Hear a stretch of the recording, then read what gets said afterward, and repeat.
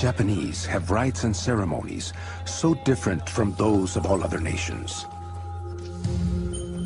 The things they do are beyond imagining, and it may be truly said that Japan is a world the reverse of Europe.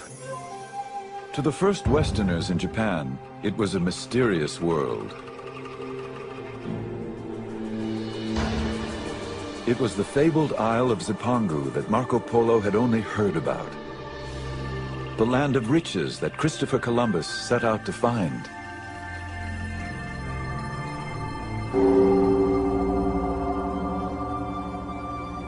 When the Portuguese arrived in Japan in 1543, they encountered a country embroiled in civil war.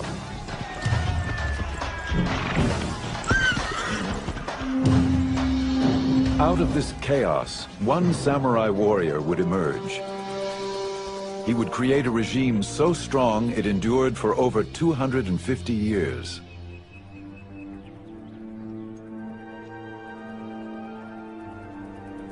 Witnesses to this world, both Western observers and Japanese, wrote of these changing times. Theirs is a story of flowering culture, of poetic ritual, and of rigid power struggles. It is the saga of opening trade with Europe and then closing its doors to the West. These are the memoirs of Japan's secret empire.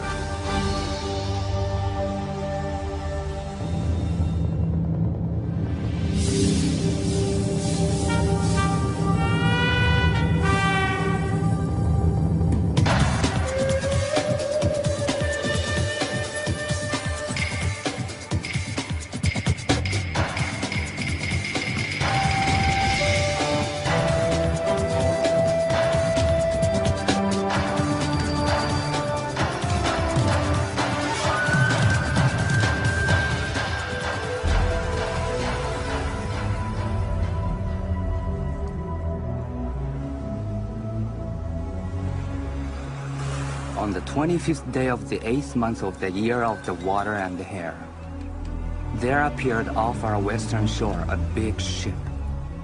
No one knew whence it had come. As a Buddhist monk later recounted, samurai guards were quickly dispatched to warn their master. There were strangers on board these ships, unlike anyone the Japanese had ever seen. The local warlord, called a daimyo, summoned these strangers, the first Europeans to ever set foot on Japanese shores. It was the year 1543.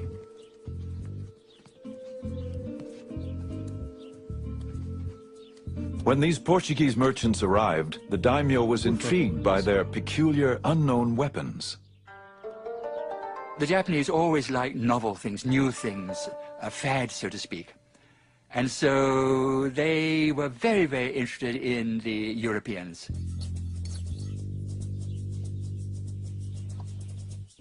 After he watched the Portuguese shoot down a duck, the daimyo purchased 2 guns and put his swordsmith to work making copies. Then he asked for shooting lessons.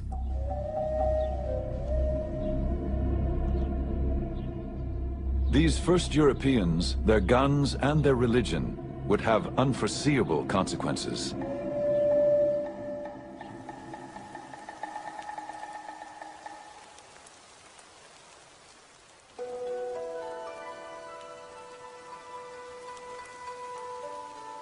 In this same year, a boy was born to a daimyo family. He would be known as Tokugawa Ieyasu. His destiny would be to change Japan forever. As an elite member of the samurai class, the boy inherited a world of tradition. A feudal realm of samurai warriors who ruled by birthright and sword.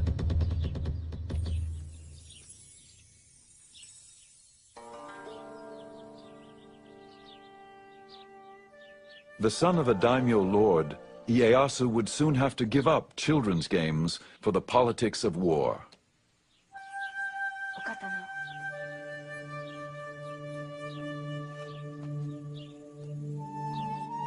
When Ieyasu was still a child, the ruling daimyo demanded that Ieyasu's father send the young boy to him as a hostage, insurance that all orders would be obeyed. When children were taken as hostages, it did not mean prisoners. This was all part of the political negotiation in which alliances had to be formed because no one trusted no one else. So there had to be a guarantee, and therefore the hostage was used.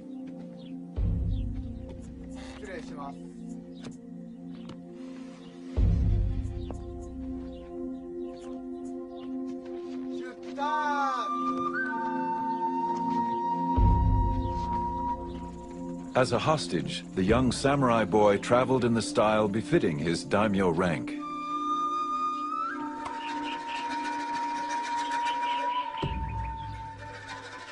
He could not know his destiny, nor could he know that he would never see his father again.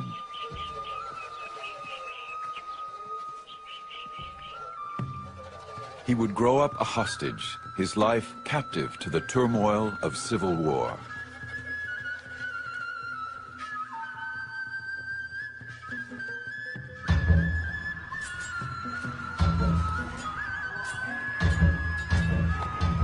The whole of Japan was involved in wars. Treachery was rampant and nobody trusted his neighbor.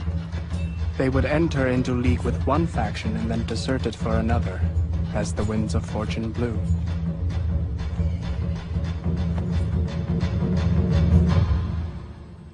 João Rodrigues, an eyewitness to these perilous times, was one of the first Portuguese to arrive in Japan. He came as a cabin boy of 15 and would soon become a Jesuit missionary.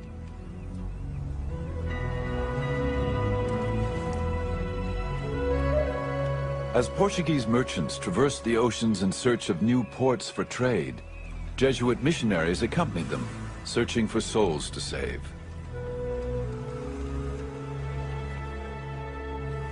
The Jesuits were young and dedicated, braving the hardships of the dangerous 2-year voyage to reach Japan, a country which they considered ripe for conversion.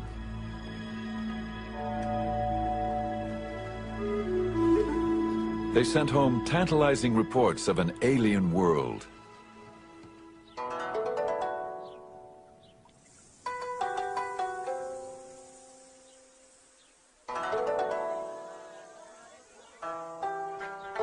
Everything is so different and opposite that they are like us in practically nothing. Now, all this would not be surprising if they were like so many barbarians. But what astonishes me is that they behave as very prudent and cultured people in all these matters. This is something which I would not dare to affirm if I had not had so much experience among them.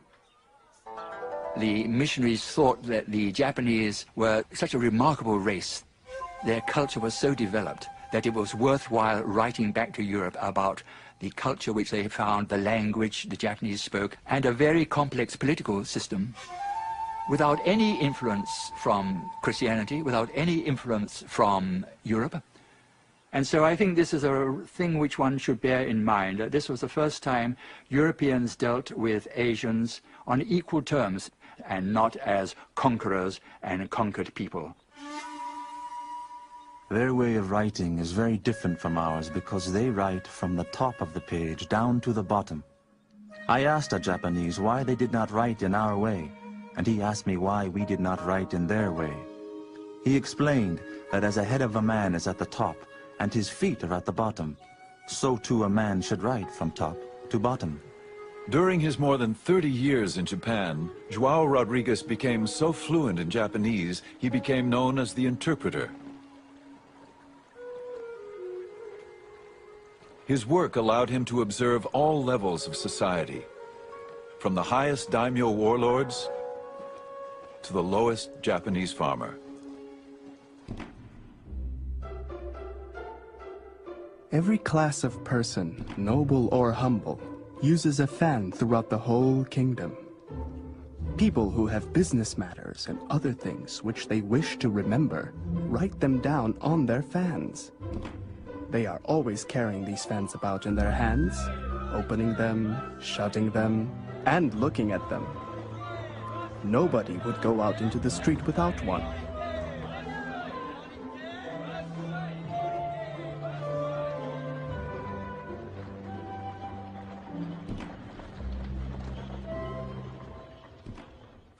The Japanese, João Rodrigues observed, regarded the Europeans with equal fascination. They greatly wondered at our big and long noses, thick beards, and red or fair hair, and considered all these things as so many defects. They called them the Southern Barbarians, which is not a very flattering term. Their eating habits were rather different. The Japanese were so polite, eating with chopsticks, etc. Whereas in those days, Europeans normally ate with just a knife and with your fingers. And then, of course, most of the Japanese take a bath every day, whereas Europeans, I'm afraid in those days, went for months and months and months without taking a bath. And to some extent, they deserved the epithet of barbarians. But however they were regarded, the missionaries were determined to stay in Japan. Our only desire was to preach and proclaim the law of the Creator. Even if there were only one Japanese Christian in the whole country, any missionary would spend all his life here just for the sake of that one person. These men were very, very zealous, and the conditions were rather good for the conversion of people to Christianity. When you have bloodshed, revolutions, fighting, battles, death in large numbers, obviously people's thoughts do tend to go to the next life. In little more than 50 years, these missionaries established over 200 Catholic churches, primarily in southern Japan, and converted up to 250,000 Japanese.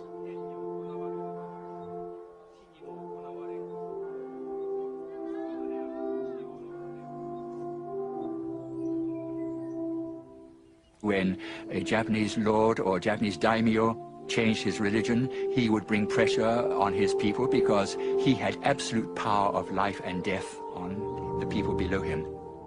And so you got in a relatively short period of time, large-scale conversions. But there was another factor, that some of the daimyo, when they became Christian, they had certain considerations of commerce in the back of their mind, because where the missionaries went, the Portuguese merchants went. And the Portuguese merchants offered very profitable trade vis-a-vis Japanese.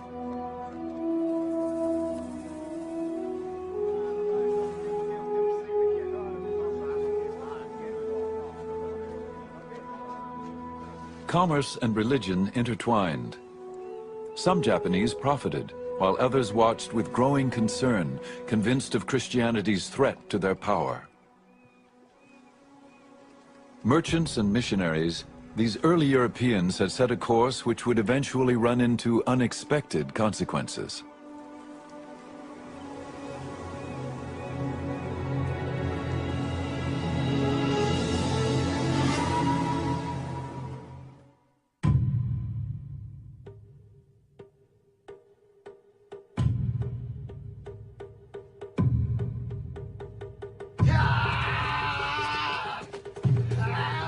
To endure the rigors of never-ending training, to remain clear-minded in the face of grave danger, to face death matter-of-factly, this is the art of Kendo, the way of the sword.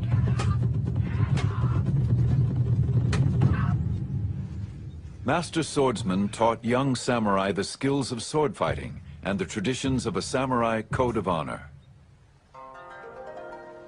This was the education the young Ieyasu would receive, even as a hostage. When you took a hostage in a certain class, they were usually treated very cordially, and they were given education just as they would be given at home. He probably had a very stoic, Spartan kind of education, taught military skills, martial arts, and Chinese classics, Japanese classics. The entire life of Ieyasu was that of patience and forbearance, people say.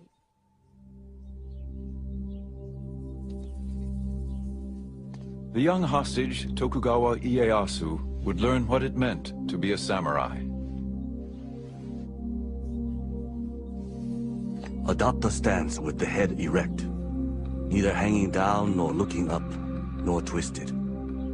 Do not roll your eyes nor allow them to blink, but slightly narrow them. Brace your abdomen so that you do not bend at the hips. A legendary swordsman, Miyamoto Musashi, would preserve the way of the samurai in a classic book, The Five Rings. It was a guide to strategy, its philosophy embraced in Japan even to this day.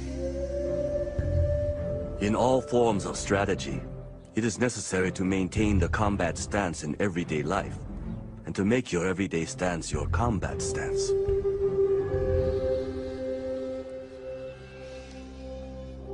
At age 15, Ieyasu entered manhood and earned the right to carry the two swords of the samurai.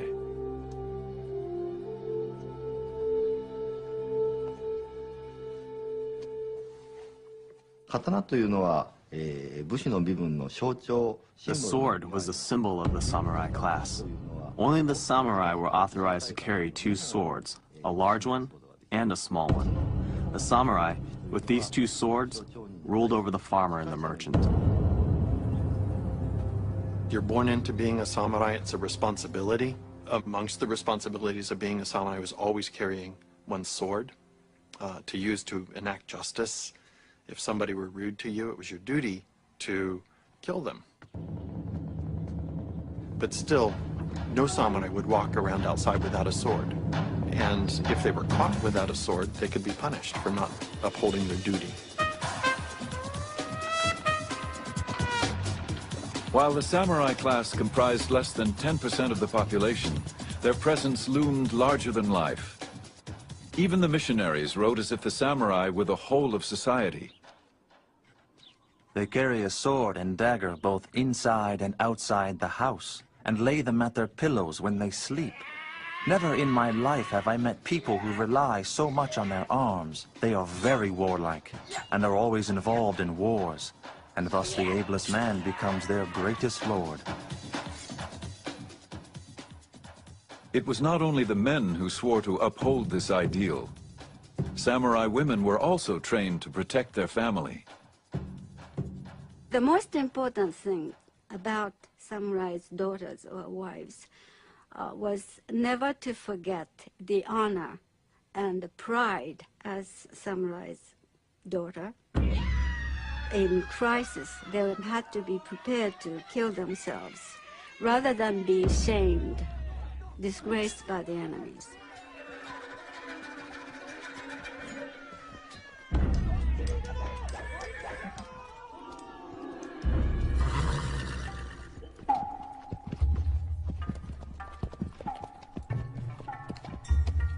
The samurai defended his home and family, but his true glory came on the battlefield, defending his lord against enemies.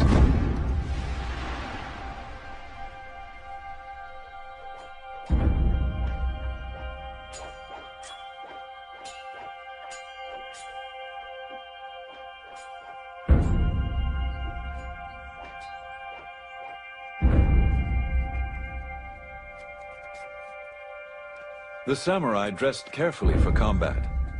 The finely stitched fabric and leather appeared elegant, even fragile. Unseen were the tightly woven plates of steel. Much like his protective armor, a warrior's refined appearance concealed his impenetrable inner core. This ethic, preserved in writings of the samurai, would prepare the warrior to meet life and death with honor.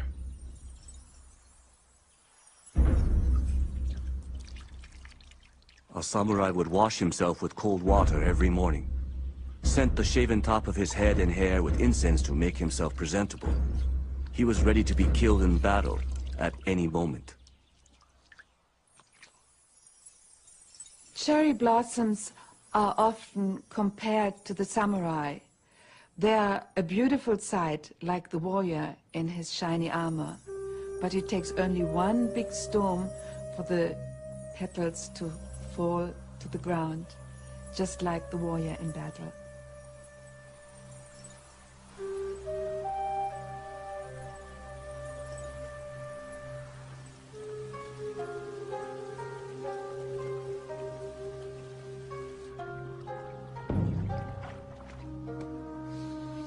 For samurai, as important as knowing how to kill was knowing how and when to die. In the battlefield especially, your last moment of life, you have to show your control. The controlling your body, controlling your destiny, fate, is the indication of your internal strength. So it's the last moment that you have to stage your death. Seppuku, or harikiri, is the ritual of suicide as practiced by samurai. A samurai warrior carried two swords on his hip, a long one and a short one. The short sword was for cutting open his abdomen. Why would a samurai cut open his abdomen? Well, Japanese, especially samurai, believed that the heart was in the belly. They believed that whether their heart was pure or impure would be revealed when they disemboweled themselves.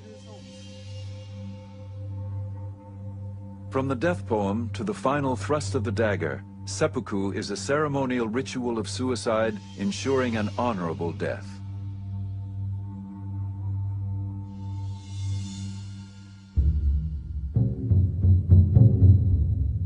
João Rodrigues wrote of a man who committed the ritual of seppuku. The samurai, dressed in the customary white kimono, solemnly and with great dignity, mounted a raised platform.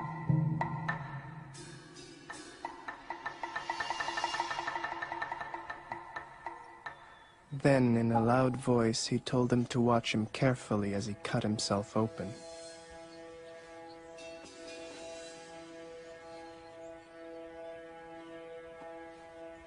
He seated himself and wrote his will slowly and calmly, asking his lord to look after his son and family, for he was going to die on account of his honor.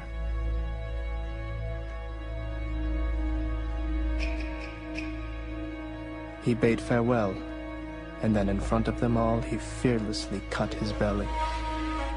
And so, he died. This sort of thing often happens.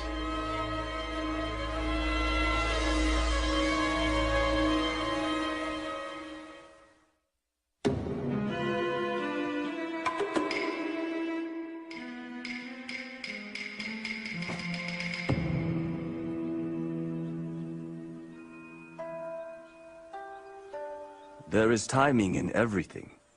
Timing in strategy cannot be mastered without a great deal of practice. There is timing in the whole life of the warrior, in his thriving and declining, in his harmony and accord. These are the enduring principles which guided the life of the samurai warrior. For Tokugawa Ieyasu, patient strategizing would become his most powerful weapon. He was now of age, 18 years old and married with 2 children, but he was still a hostage of the ruling daimyo warlord.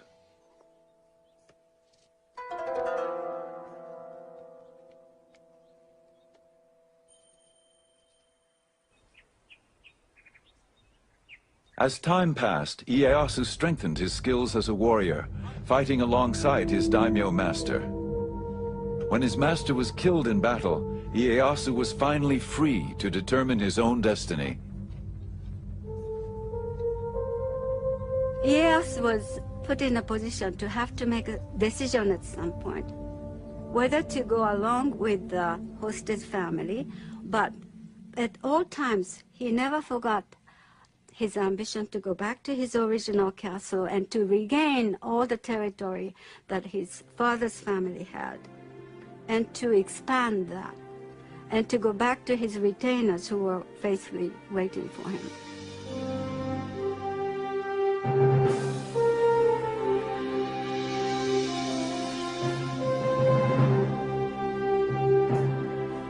Ieyasu reclaimed his title as an independent lord, a daimyo.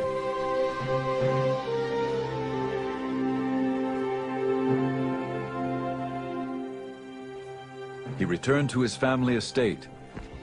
He could now fight on his own terms, for his own people.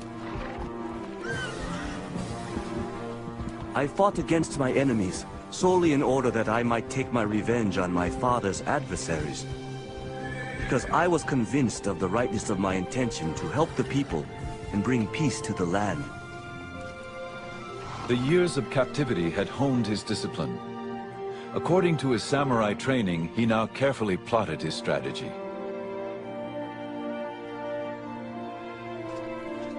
In a crucial move, Ieyasu allied himself with the man who killed his daimyo master, Oda Nobunaga.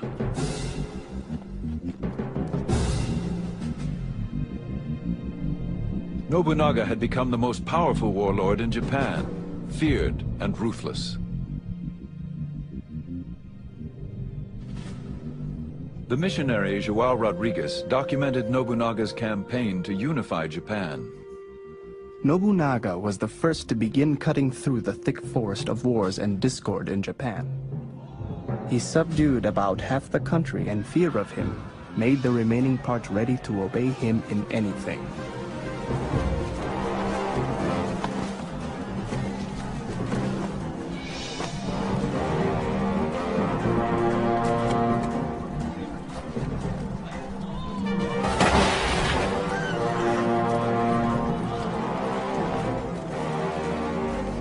In the Battle of Nagashino, Nobunaga armed 3,000 of his foot soldiers, 3 ranks deep.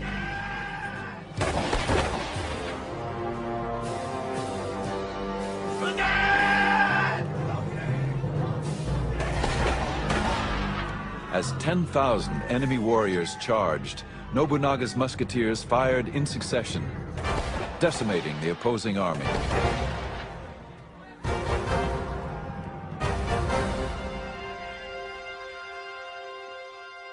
Nobunaga's innovations in the use of firearms completely changes the face of samurai warfare. The old idea was where you would have 2 samurai meet on the field of battle. They would shout out their names and their lineages, where they were from. Sometimes one would ride out in front of all these troops and challenge someone to come and defeat him. So it was very manly. It was imbued with the ideal of valor.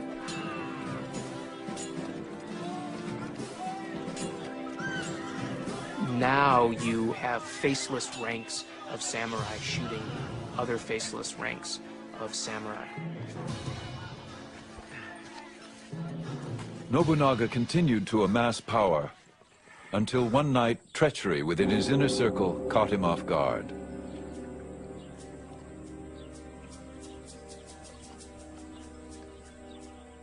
A missionary was nearby.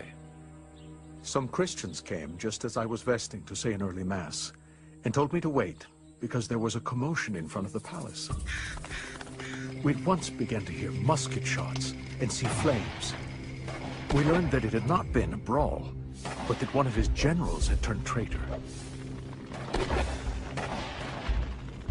Some say he cut his belly, while others believe that he set fire to the palace and perished in the flames.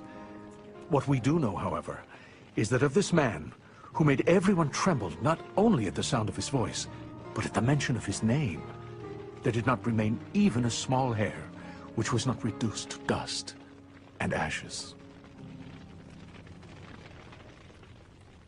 As the flames burned, Nobunaga's loyal general, Toyotomi Hideyoshi, seized the moment. Hideyoshi immediately springs into action, murdering the murderer of his own lord, which then gives him the right, in essence, to claim leadership of Nobunaga's vast coalition of armies.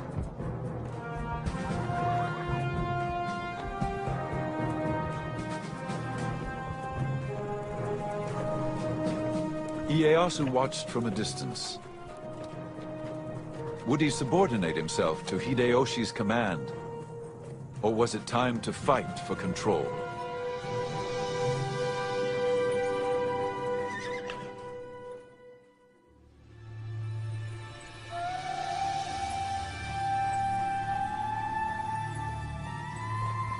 Nobunaga, Hideyoshi, and Tokugawa Ieyasu. These were the men who would bring an end to the brutal civil wars. They would go down in history as the unifiers. There's a story in Japanese that explains the character of the three unifiers. And Nobunaga, Hideyoshi, and Ieyasu are watching a cuckoo bird waiting for it to sing, but the bird doesn't sing. And Nobunaga says, "Little bird, if you don't sing, I will kill you." And Hideyoshi says, "Little bird, if you don't sing, I'll make you sing." And Ieyasu says, "Little bird, if you don't sing, I'll wait for you to sing."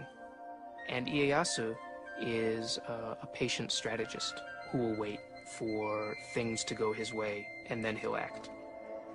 After Nobunaga's death, Ieyasu and Hideyoshi faced off in a measured game of strategy, each in his own way trying to outsmart the other. 武人としてのリーダーとすれば、まず自ら先頭に立って。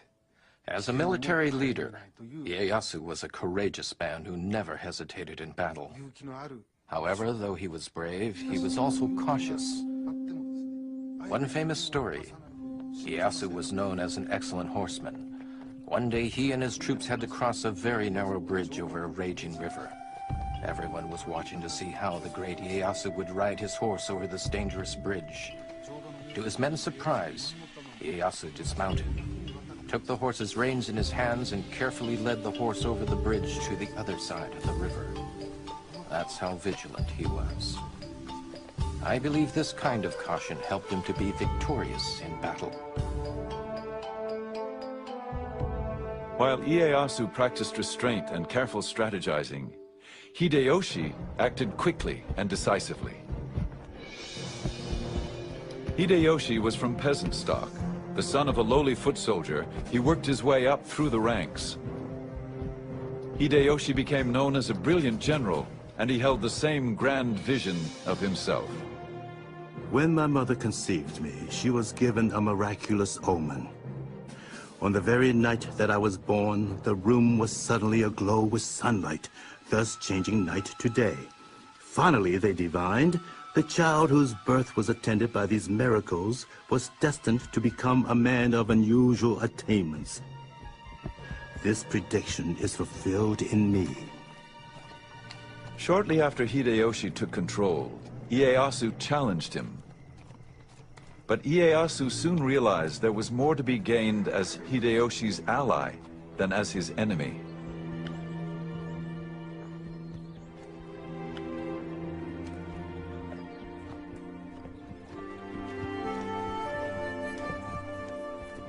Hideyoshi rewarded Ieyasu for his loyalty with a vast domain of land, and ordered him to make his headquarters in the remote fishing village of Edo, 300 miles east of Hideyoshi's castle in Osaka.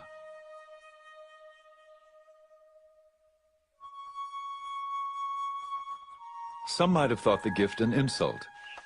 But in Edo, the village that would later become Tokyo, Ieyasu busied his troops building a massive 5-story castle fortification.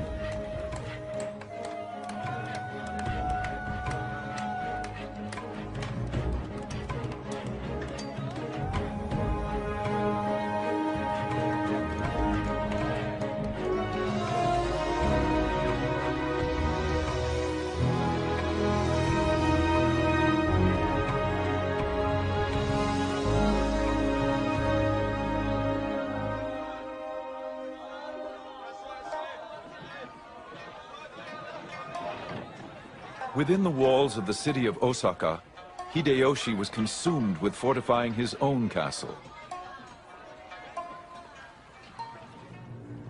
Reputed to be the most impregnable fortress of its time, it was also one of the most ostentatious. Osaka Castle had a strategic location, close to the Emperor's palace in nearby Kyoto. For centuries, the emperor had remained a ruler in name only, ignored by those who truly held power. He whiled away his days with court gossip, calligraphy, and poetry. By Ieyasu's time, the court is still powerless, but It is only the court which can appoint the shogun. So, in the ultimate symbolic sense, the court is still the arbiter of final resort. That's why all the warlords are aiming for Kyoto. You have to get the emperor to recognize that you're the most powerful of all of the combatants on the field of battle.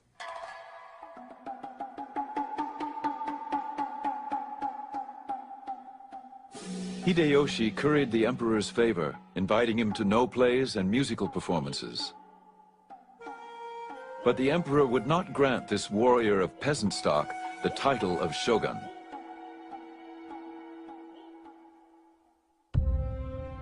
Ieyasu never relinquished his desire for power. He offered the emperor more than invitations. He arranged the marriage of one of his granddaughters to the emperor's son. All of the lords in Japan used family to cement political alliances. You would marry off daughters or marry off sons. What Ieyasu did in particular was have an abundance of sons that he could use. He could set them up to support his nascent government. He could set them up as independent military lords that he could then call upon for help. In contrast, Ieyasu's rival Hideyoshi failed to produce a male heir. Finally, he adopted a nephew and groomed him as his successor. Then, at 60 years of age, Hideyoshi finally fathered a son of his own. He called him Hideyori, and he was the jewel of his life.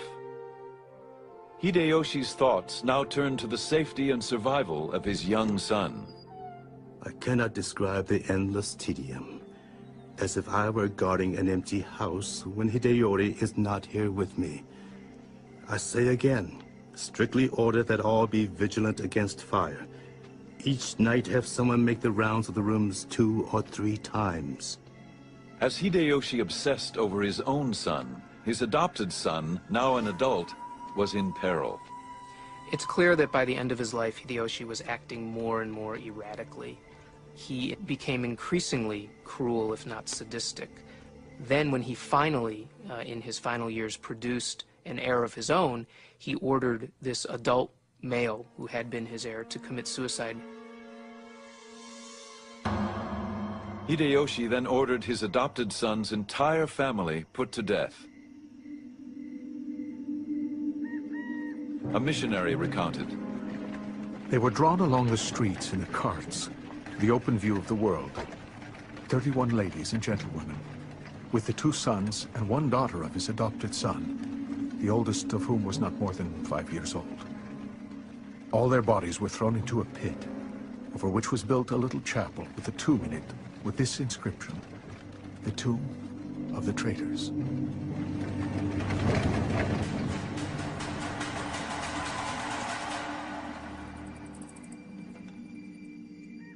Soon after, Hideyoshi's health began to fail.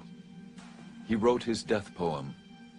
Ah, as the dew I fall, as the dew I vanish.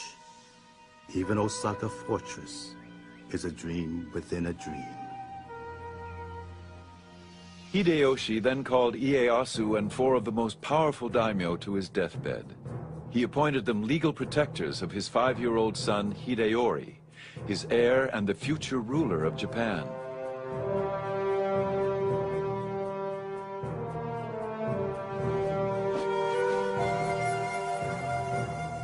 Ieyasu pledged to protect the boy with his own life, a pledge that would become very difficult to keep.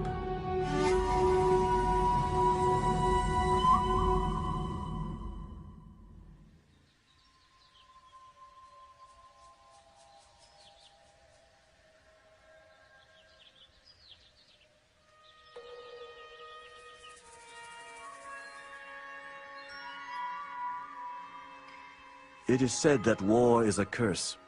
It is resorted to only when it is inevitable. However, in time of peace, do not forget the possibility of disturbances. Ieyasu was on guard.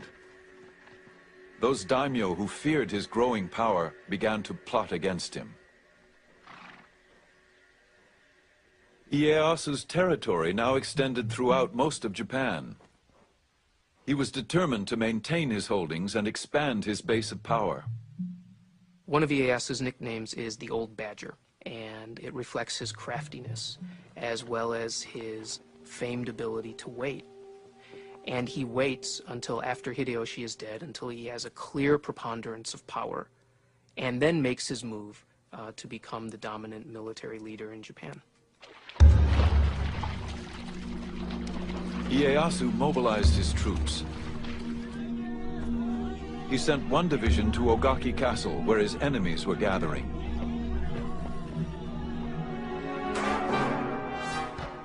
When the battle began, women and children rushed to safety. Ieyasu sent a large force to lay siege to the castle, and they fought day and night.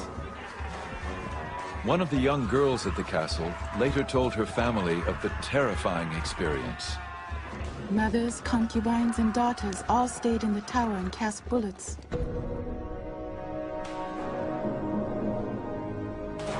There was panic. A bullet struck my younger brother, killed him on the spot. It was a cruel sight. Indeed it was. We felt as if we should die. There was nothing but fear and horror left. As the battle wore on, heads of slain warriors were brought to the castle to be prepared for the ritual presentation to the victor. It was believed that even in death, the samurai should be viewed as a worthy opponent. Those people who were in the castle would wash the heads, and they would put some cosmetics on the face of the dead corpses, because they were proof of having killed someone important. That was part of a very small part of what they did, which is inconceivable to, us modern people, modern women. All the decapitated heads were brought into the tower. We weren't a bit afraid of the heads and used to sleep in the midst of the nasty smell of bloody heads.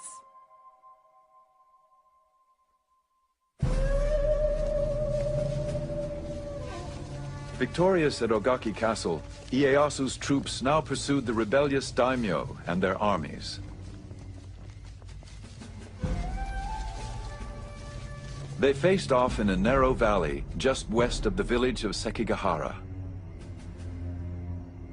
This would be the battle that changed the course of Japanese history. Ieyasu set up his command post atop a hill overlooking the valley, waiting through the night for the rest of his armies to arrive. At dawn, Ieyasu's attendant physician hastily noted in his journal, "Slight rain. Dense fog in the mountain valley. Can't see. Barely made out enemy banners. On horseback, Lord Ieyasu made out their positions. Estimate distance at 2.5 miles.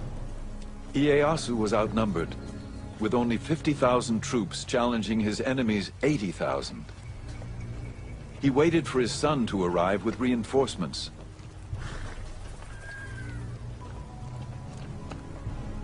But at 8 in the morning, the fog suddenly lifted, and the two opposing armies found themselves within striking distance. Ieyasu could wait no more. Rallying his troops, it was said he sent them forward with his famous battle cry. There are only two ways to come back from the battlefield. With the head of an enemy, or without your own.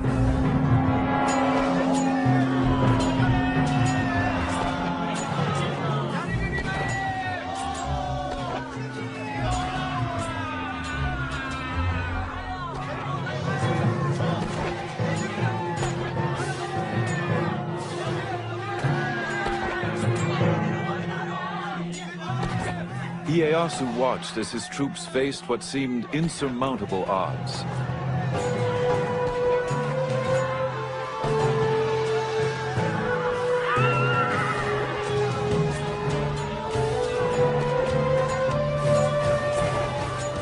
Then, suddenly, the tide turned.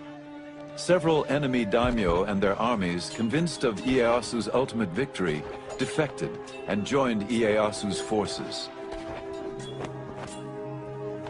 By 2 p.m., Ieyasu's troops had defeated the rebellious army.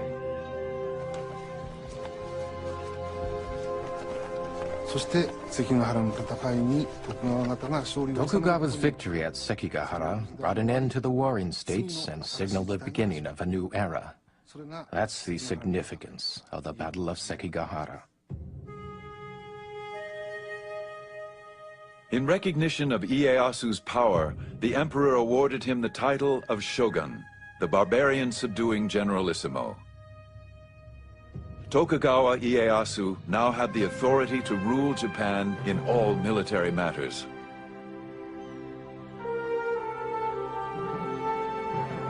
He ruled unchallenged, but always there was the specter of Hideyoshi's young son Hideyori growing up in Osaka Castle. Ieyasu had sworn with his life to protect the boy who could someday lay claim to all Ieyasu had won.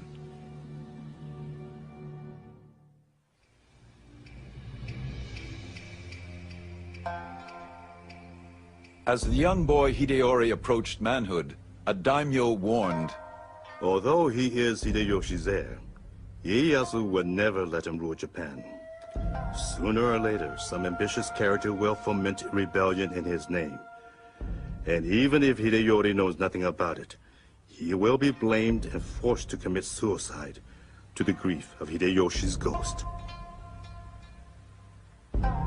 Now, the Tokugawas had no divine right to rule Japan. They ruled Japan because they were the most powerful, they had the most money, they had the most soldiers, but they had no divine right. And there were many other powerful daimyo, especially in the West, the Christian daimyo. And so, if there were any philosophy, any political movement that would bring these daimyo together as a coalition against the Tokugawa family, that was very dangerous. Tokugawa Ieyasu tolerated no dissent. He expelled many of the foreign missionaries, including João Rodrigues. Ieyasu wanted to clear the board of all these foreign influences which were just muddying the waters, making life more complicated. He even ordered all Christian activity among the Japanese halted. But still he faced the only true threat to his power, the young Hideyori. By the time he reaches adulthood, Hideyori can no longer be ignored by Ieyasu. He's a threat simply because he exists. He is the legitimate heir of Hideyoshi. Ieyasu is supposed to be supporting him until he becomes an adult, and he poses an intrinsic threat to the legitimacy of the Tokugawa shogunate. Ieyasu came to but one conclusion. He could no longer honor his pledge to a dead ally to protect his son. Ieyasu decided to go into battle once more. It was obviously going to be another showdown. And the many samurai, in their thousands, and these were hard-bitten warriors, they still owed loyalty to Hideyoshi's family. And of course they owed just as much loyalty to his son. So they gathered in Osaka Castle, and Osaka Castle was a very strong castle. It was considered impregnable.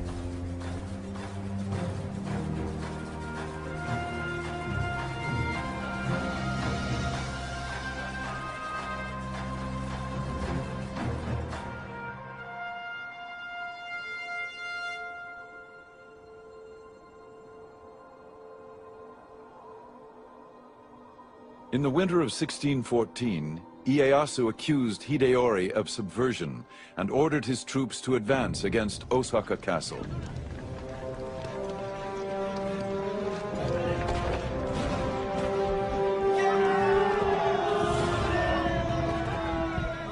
Hideyori's supporters, nearly 100,000, held strong.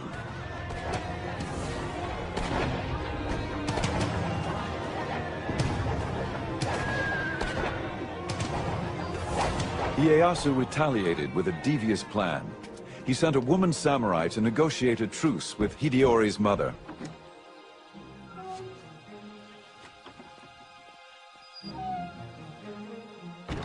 Ieyasu offered a safe haven for Hideyori's garrison if in return he agreed not to mount further rebellion against Ieyasu's rule. To prove his intentions, Ieyasu signed the pledge in blood. Hideyori's mother convinced her son to accept the offer. Ieyasu's ploy had worked. As soon as the fighting stopped, Ieyasu began to fill in the moats of Osaka Castle, the deep moats. And the people in the Osaka Castle protested a lot. That was not in the agreement. But that didn't matter. They filled in the moats. And once the moats were filled in, then Ieyasu's troops would storm into the castle. And there was a dreadful slaughter.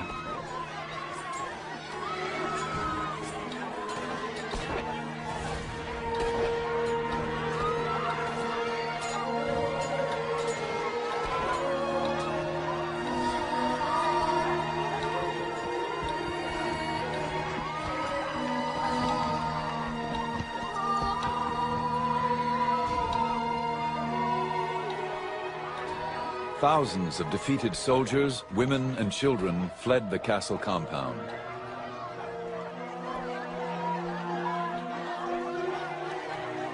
A European merchant recorded the event in his journal. We had news today that Ieyasu hath taken the fortress of Osaka and overthrown the forces of Hideyori. They say that taking of this fortress hath cost about 100,000 lives, and that no dead man of account is found with his head on, but all cut off. Ieyasu's army set the castle on fire.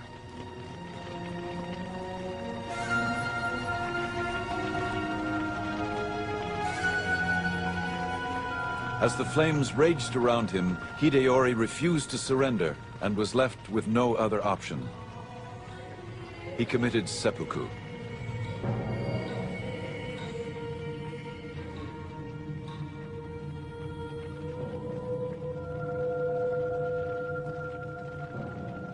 There's one big problem with killing Hideyori, however, and that's that Ieyasu was supposed to be his supporter. I mean, it's a very realistic, cold-blooded strategy, but he wanted to establish a dynasty that would last through the ages. There is reason to believe that Ieyasu genuinely regretted having to kill the son of his former lord. Ieyasu is said to have paid penance by writing the name of the Buddha 10,000 times on scrolls of parchment.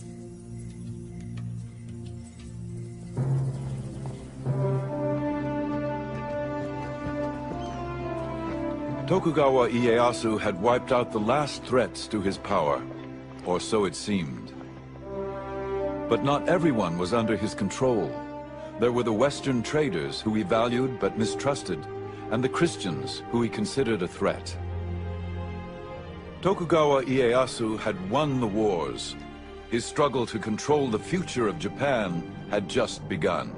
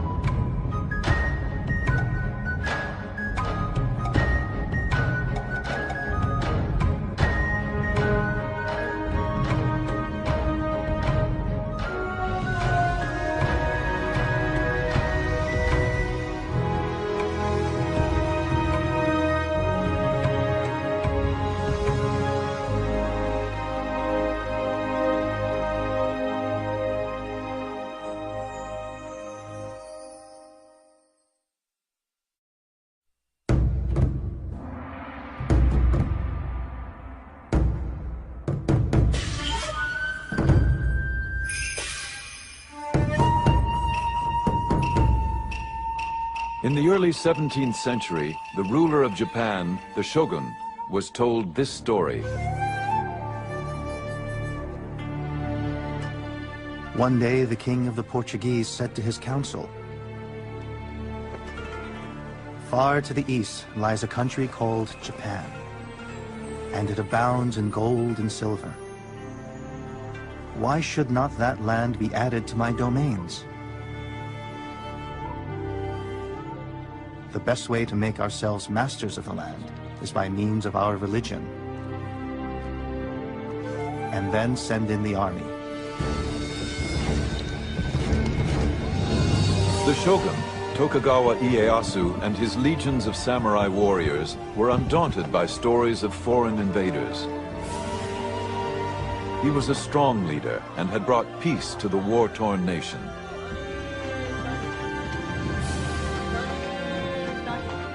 Yet foreign dangers and internal unrest remained a threat.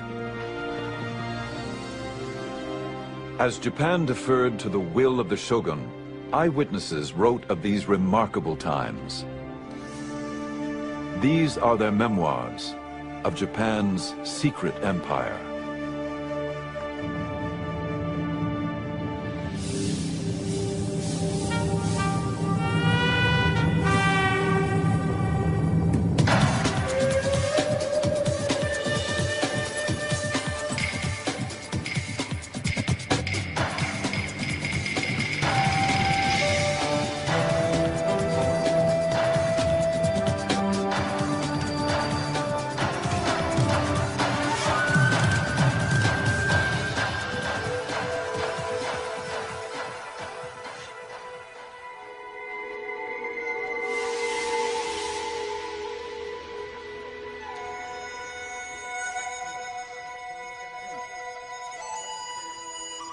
After we'd been in Japan 5 or 6 days, came a Portugal Jesuit who reported that we were pirates. We looked always that we should be set upon crosses, which is the execution of this land. I looked every day to die. Rescued from the sea and imprisoned, William Adams, the first Englishman in Japan, had good reason for concern. It was the year 1600, and Portuguese Catholics had long held a monopoly on trade in Japan. At the time William Adams arrived, there had been religious wars in Europe, and the Catholic missionaries were not at all happy when they heard that an Englishman and an English Protestant had been washed up in Japan. The most powerful warlord in Japan, Tokugawa Ieyasu, commanded Adams to his castle. Rather than ordering his execution, he wanted to know more about this stranger.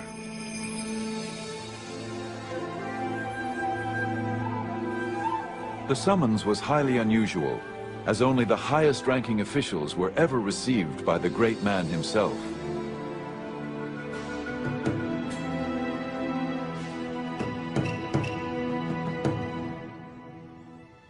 The ruler demanded of me of what land I was, and what moved us to come to his land, being so far off. I showed him the name of our country, and that our land desired friendship.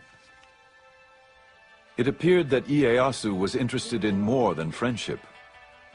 He asked whether our country has wars. I answered him, yea, with the Spaniards and Portugals. He asked me diverse questions of my religion and what way we came to the country. From one thing to another, I abode with him till midnight. As the meeting came to an end, Adams dared to make a parting request on behalf of his Dutch employers. I desired that we might have trade with your country, the same as the Portugals and Spaniards. To Ieyasu, this was welcome news. Ieyasu valued trade with the Portuguese and Spanish merchants, but was wary of their Catholic missionaries, who preached obedience to a God more powerful than he.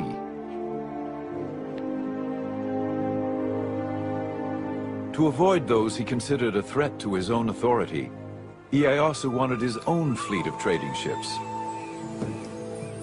Adams had the skills he needed.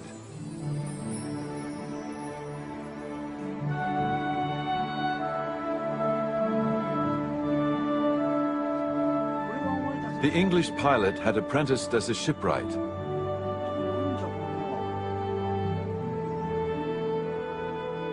Ieyasu asked him to build 2 ships capable of navigating the open seas. I answered that I was no carpenter and had no knowledge thereof. Well, do your endeavor, saith he. If it be not good, it is no matter. You can't deny that William Adams did have a certain amount of influence when he was told to build these 2 ships. They were the first foreign ships, first European ships to be built in Japan.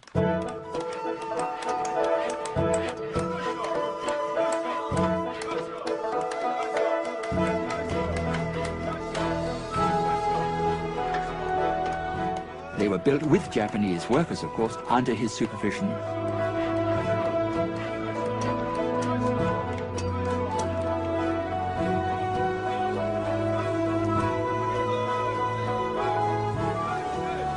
And then afterwards they sailed to Mexico, and they sailed back quite safely.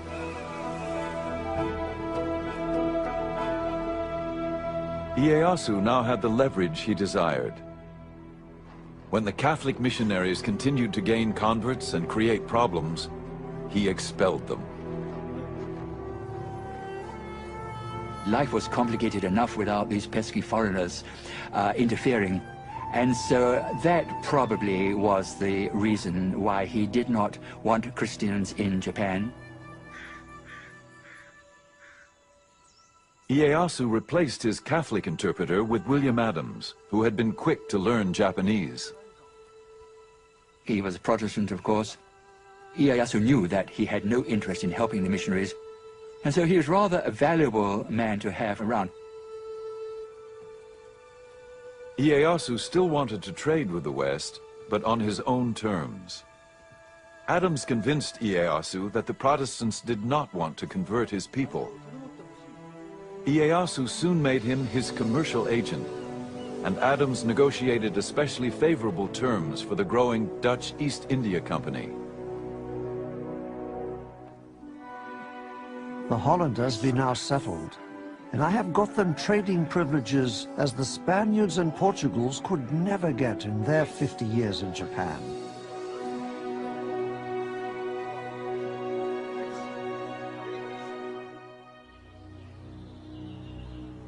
Adams married and settled down into Japanese life. He adopted Japanese dress and was awarded the right to wear the 2 swords of the samurai. And he was given an estate with about 70 or 80 servants, which is pretty good, far better than his standard of living in England would have been, of course. And I think towards the end he lost his desire to go back to England, because he knew he would just be a working class man in England, where back in Japan he has 80 servants to wait and hand or foot on him.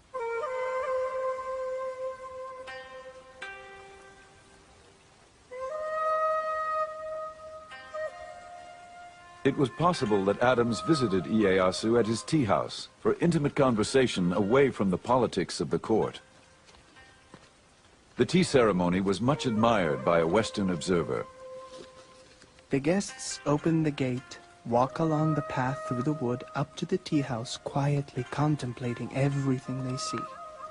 They remove their fans and daggers and deposit them in a kind of cupboard placed there outside for that purpose.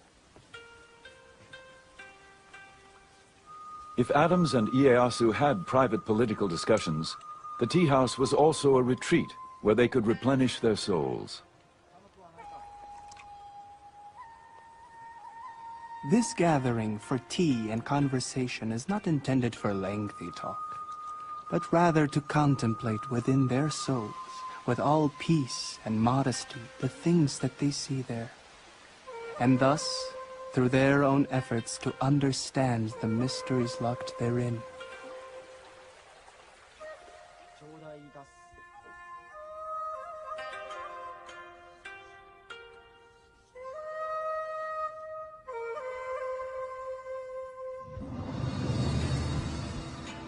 For Ieyasu, unsettling foreign influences could jeopardize the peace he worked so hard to forge. But the biggest challenge would be to maintain control of the 260 fiercely independent warlords and their formidable samurai armies.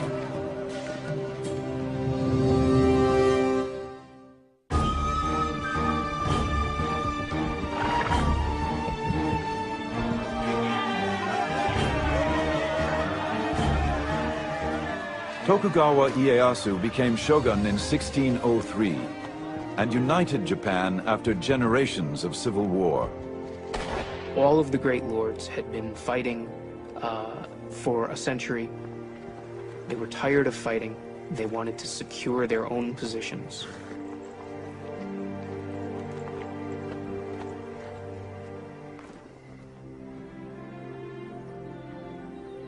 But as a court chronicler documented, the task ahead would not be easy.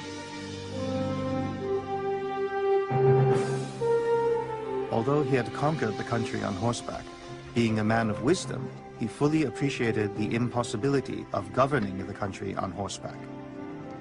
He was interested only in discovering the key to government, how to govern oneself, the people, and the country. What made Ieyasu superior as a leader was that he surrounded himself with capable people who believed in him. There's a story about a low-ranking samurai who asked to meet with him.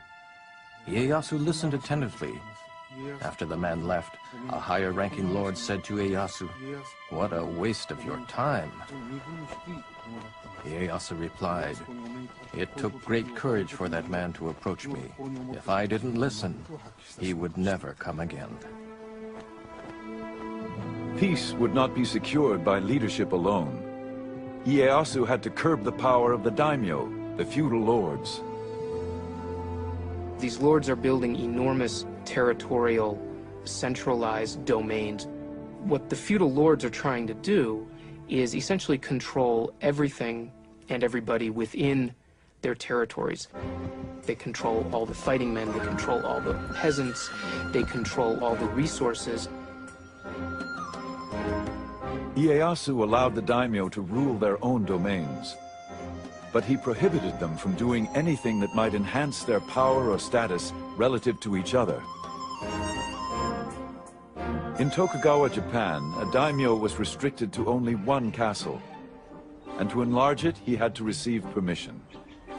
A new ship? Ask the shogun. Arrange a new alliance through marriage. Only if the shogun approved. Ieyasu would maintain the peace through this ordered control, and it extended through all levels of society.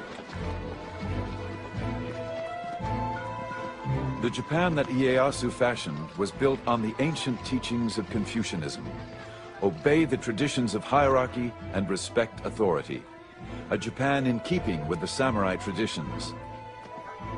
It was a rigid society with lots of rules and regulations. Everybody must know their place in society and stick to it. That was the theory. Didn't always work out in practice, of course, but that at least was the theory. All samurai were members of the elite class, whether he be a daimyo warlord or a lowly foot soldier. Next in line were the farmers, then the artisans. At the very bottom were the tradesmen, considered the parasites of society. The Tokugawa shogunate would issue many rules to control and maintain the rigid class structure, from what you could eat to what you must wear. Lords and vassals, superiors and inferiors, must observe what is proper within their position in life.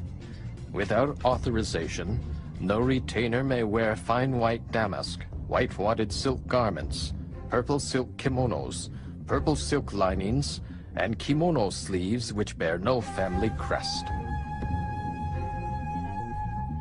The rules and regulations kept everyone in their place, but for the daimyo at least, there were still ways to earn special privileges.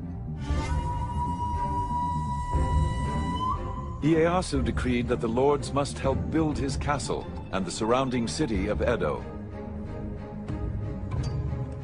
The construction became a grand competition as each daimyo vied for the shogun's favor.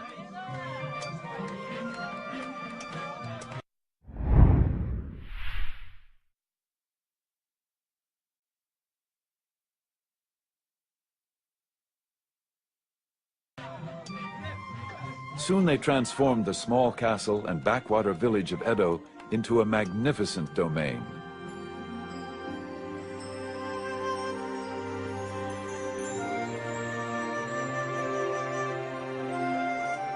The city later known as Tokyo.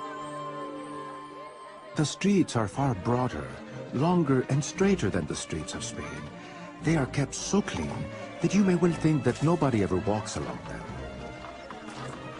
The emerging splendors of Edo were recorded by Rodrigo de Vivero y Velasco, the governor of the Philippines, who had been shipwrecked off the coast of Japan. He spent several months in the capital as a guest of the shogun. What makes this man interesting is that he wrote a report about Japan after he left Japan. And he was a very discerning man. He saw various aspects of Japanese life which other people had not seen. The people live in particular streets according to their trade and station. One street, for example, is reserved for carpenters. In other streets, there are cobblers, blacksmiths, tailors, and traders. The nobles and people of quality live in the streets and districts quite different from the rest of the town, and no commoner or person of the lower classes mixes with them. Those daimyo who had gained most favor lived closest to the castle and were granted more audiences with the great ruler himself. While Vivero y Velasco was in the castle being received in audience by Ieyasu, he saw a powerful daimyo come into the castle to pay homage to Ieyasu.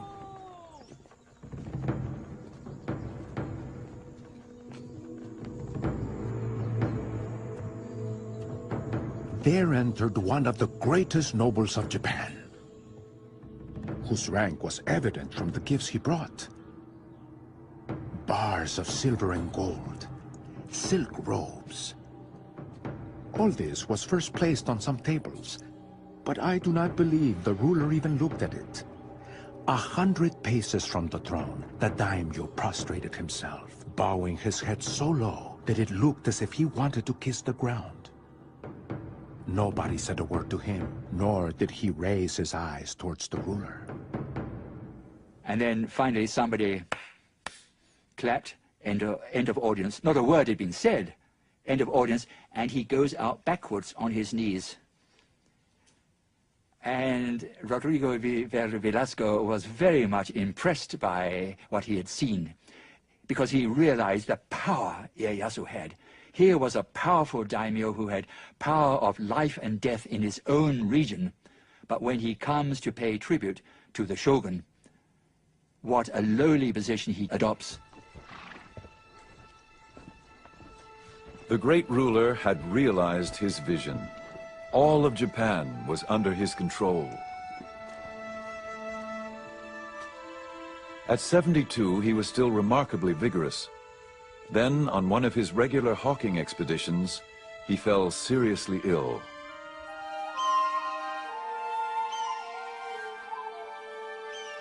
As he lay dying, he planned the details of his funeral. It would be a simple ceremony, his ashes taken to the top of a mountain overlooking the land where he so often went with his hawks. Here, he felt, his spirit could soar over his beloved land, holding the realm together. Ieyasu had carefully forged his well-ordered society. He would not leave the future of Japan to whim. He called his family to his side.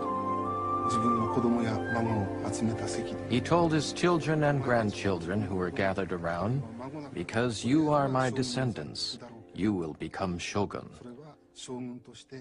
As shogun, it is important that you rule the country for the benefit of the people. or you will be punished by heaven. As shogun, you must govern for the good of the country. This world does not belong to the Tokugawas, and cannot be ruled just to satisfy your whims.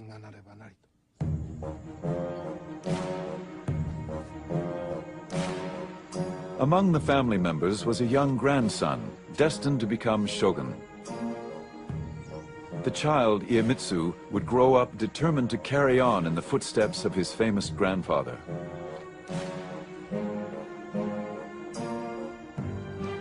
Iemitsu, the third shogun, would keep Japan under Tokugawa rule, using any means necessary.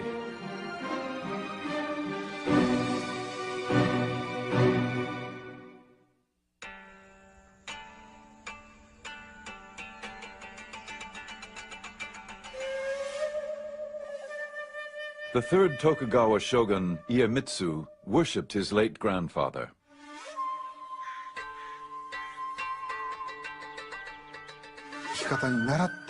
He had numerous mystical experiences that whenever he got sick, Ieyasu would appear in his dream, and he would wake up feeling better the next morning. So his respect for Ieyasu transformed into worship.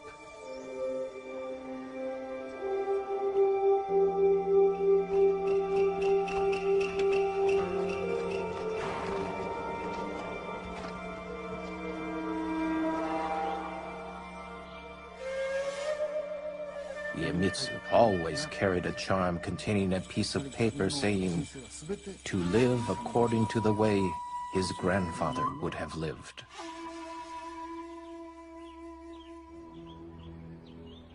But though Iemitsu tried to emulate his grandfather, his tactics were much more severe. It was reported after he became shogun, Iemitsu summoned the daimyo to his palace.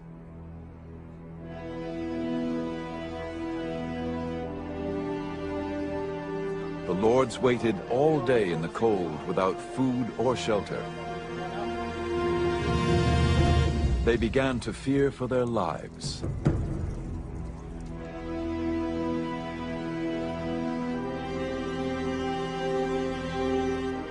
Until at last, they were called into Iemitsu's inner sanctum, where he delivered his ultimatum.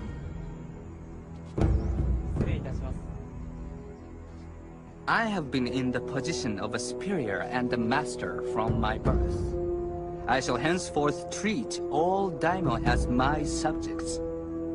Those of you who may disobey me may quickly return to your provinces, repair your castles, and prepare for arms. I shall act accordingly. Iemitsu is a fascinating shogun.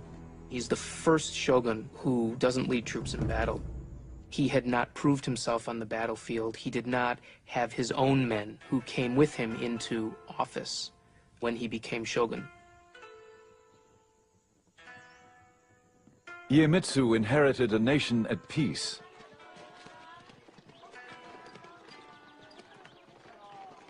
Yet he would rule with an iron hand.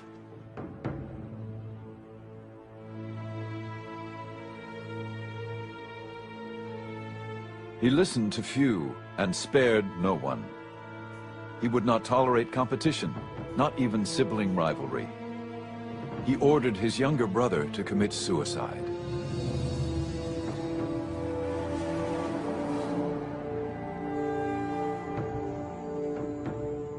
The Tokugawa shogunate under his rule acts much more capriciously towards lords that disobey their orders or flout any of the rules and regulations which bound them. A European merchant who once tutored Iemitsu observed the shogun's court. No one dares to attempt any opposition to the will of the shogun. Whatever injustice the shogun may commit, or into whatever extravagance of excesses he may plunge, they praise or approve of all. But ruling by fear alone could also breed revolt. Iemitsu had to keep the daimyo lords' allegiance, all 260 of them.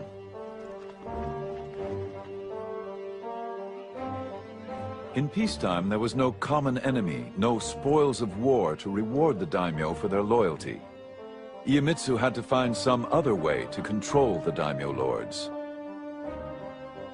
They were commanded to appear at Iemitsu's court in Edo.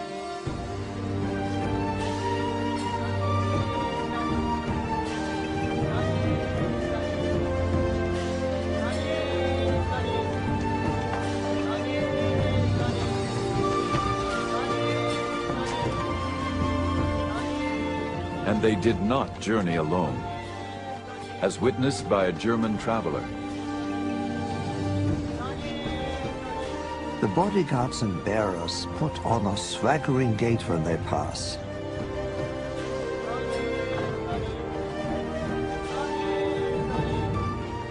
With every step, they kick up their heels nearly to their backsides, and at the same time thrust the opposite arm forward. It looks as if they're spinning in the air.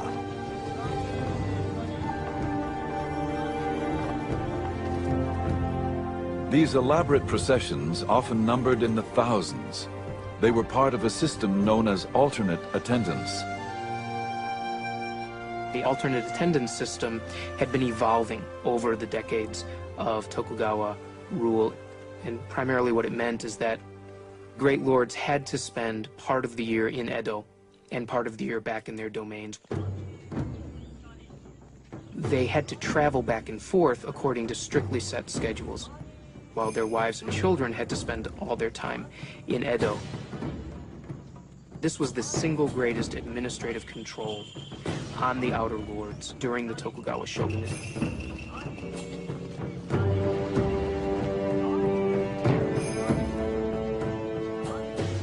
Alternate attendance had another advantage for the shogun. It kept the daimyo lords financially powerless. It was reported that a daimyo could spend more than 3/4 of his income maintaining the processions and supporting his army of samurai once they reached Edo. What this also does, by the way, is cause Edo to explode in size. And in fact, there grows up in Edo a class of samurai who only know Edo, even though their domain may be in the farthest reach of Japan. They're born in Edo, they work in Edo, and they only know Edo.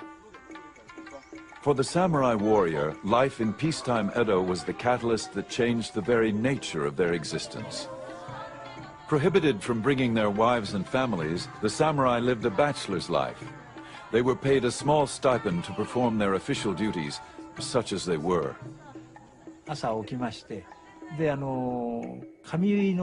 They would get up in the morning and have their hair dressed by a fellow samurai.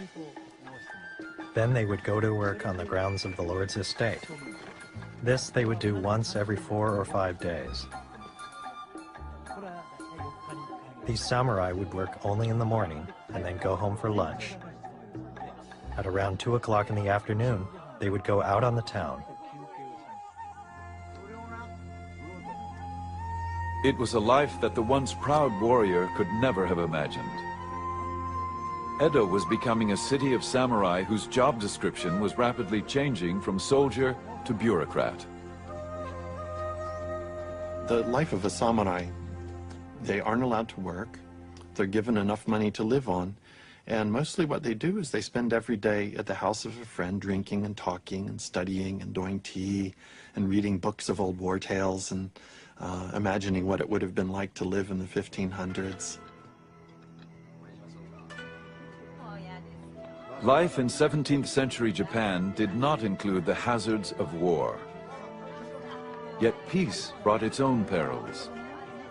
Rules and regulations were strict, and the penalties could be severe for any who dared disobey.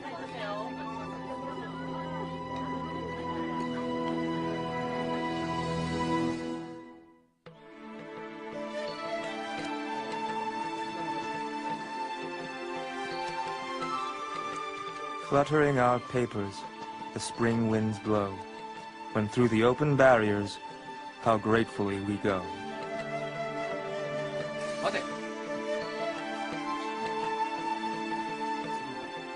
Five government highways led to the shogun's capital of Edo, all with inspection barriers to enforce Iemitsu's laws.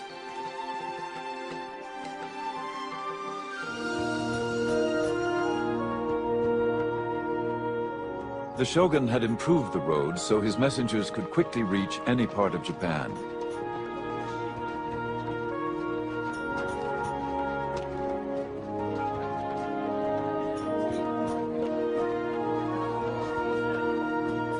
These roads also made it easier for the daimyo and their samurai warriors to travel to Edo.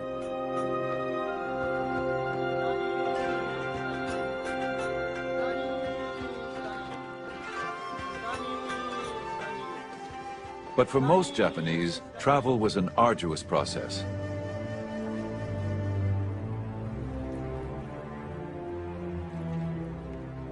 A multitude of rules and regulations monitored who came in and who went out of the city of Edo.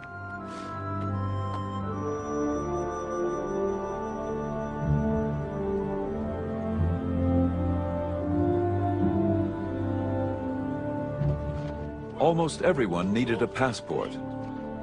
The few exceptions included itinerant performers who proved their identity by showing off their talent, or sumo wrestlers whose girth was ample proof of their profession.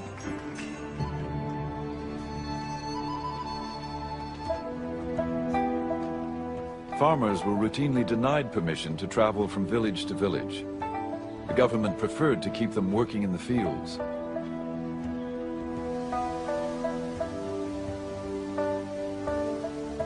Those without the proper papers often tried to avoid the inspection posts by slipping by on side roads. If caught, there were severe penalties. A traditional Japanese-style punishment meant crucifixion for a man, for a woman, enslavement or enforced servitude.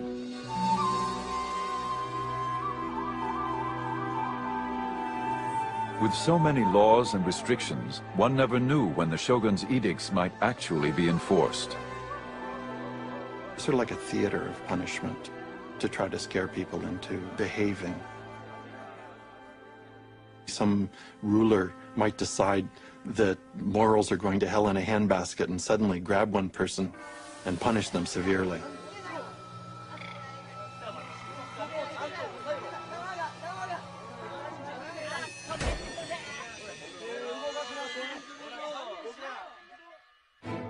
Despite the uncertainty, against all odds, travel grew in popularity. Now that the roads were safer, more and more Japanese began to journey from village to village.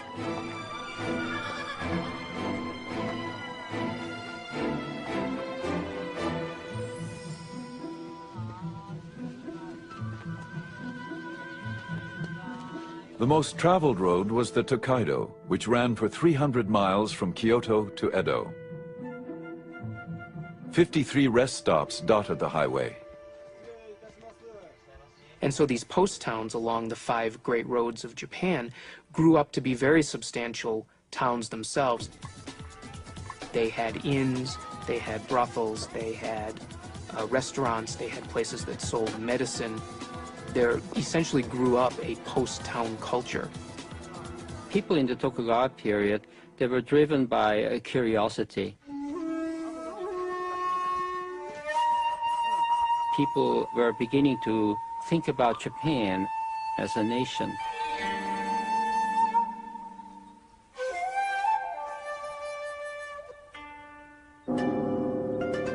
Travel diaries became bestsellers.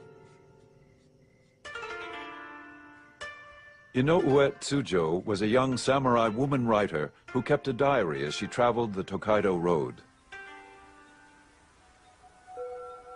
A mountain range rises above the clouds, and splashing water gashes over the rocks, making an ear-splitting noise. On the way up, we feel that we are being knocked down backwards, and on the way down, we feel that we are slipping all the way. Thus, we are often fearful.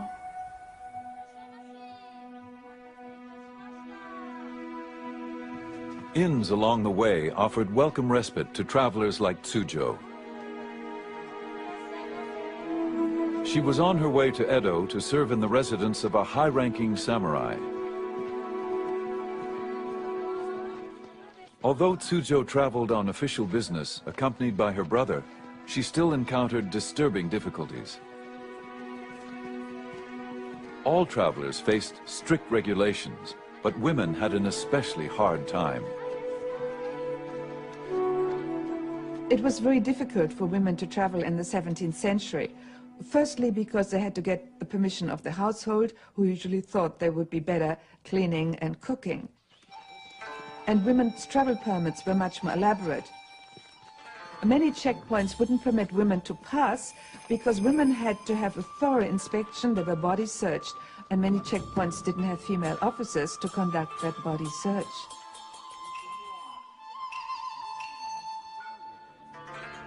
Officials were always on the lookout for women who disguised themselves as boys.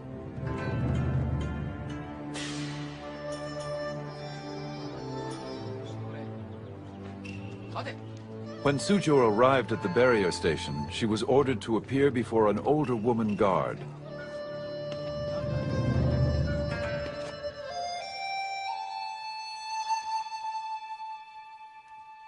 A rough-looking woman examined me, ran her hand through my hair and said something with a heavy accent. It was very unpleasant, but I had no choice. I was afraid of what she might do.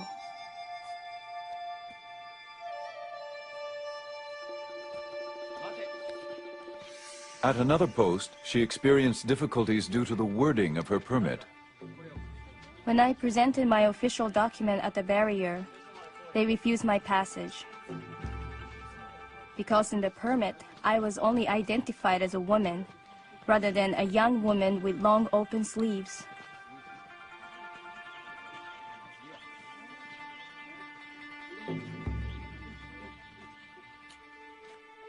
I had to go back to the inn.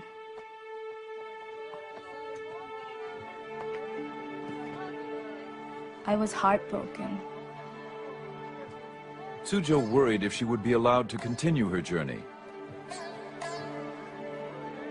It was a sleepless night as she wrote in her diary. My tears darkened the light of a candle. How restless I feel. Everything is depressing beyond description. In the dawn around 4 o'clock, I heard travelers gathering around and calling each other. A horse neighing and the sounds of stirrups. I feel envious. I have spent days and nights brooding over the obstacles facing women.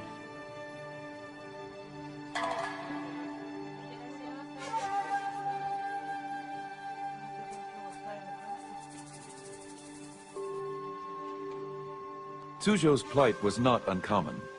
Under Iemitsu's reign, anybody who did not follow his rules could be punished.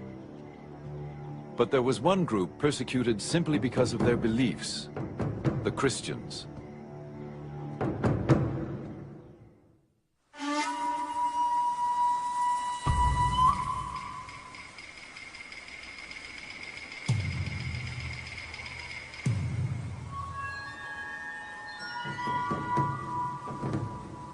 The shogun Iemitsu offered rewards for the arrest of any Japanese who preached or practiced the Christian faith.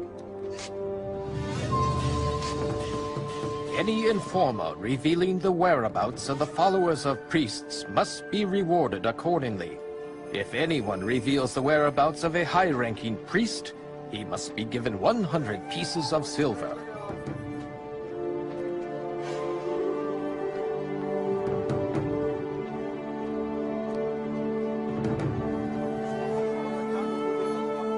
One has to bear in mind in this period of Japanese history that there was repression and that the Tokugawa authorities, the shogun, wanted to keep Japanese society as it was. And that did lead some people to believe that Christianity was subversive and was upsetting the social framework, the social pattern of Japan. By Iemitsu's time, all foreign missionaries had been deported.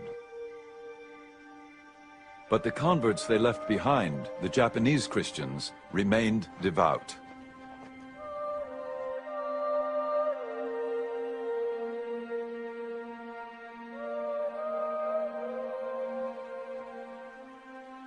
For many of the Japanese Christians, the faith ran very, very deep indeed, especially in those areas where Christianity had really set down roots for 3 or 4 generations. The shogun is a great enemy to the name of Christians.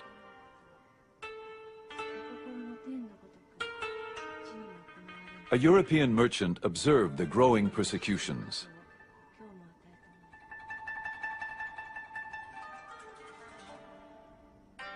I saw 55 martyred because they would not forsake their Christian faith. And amongst them there were little children of 5 or 6 years old, burned in their mother's arms, crying out, "Jesus, receive their souls."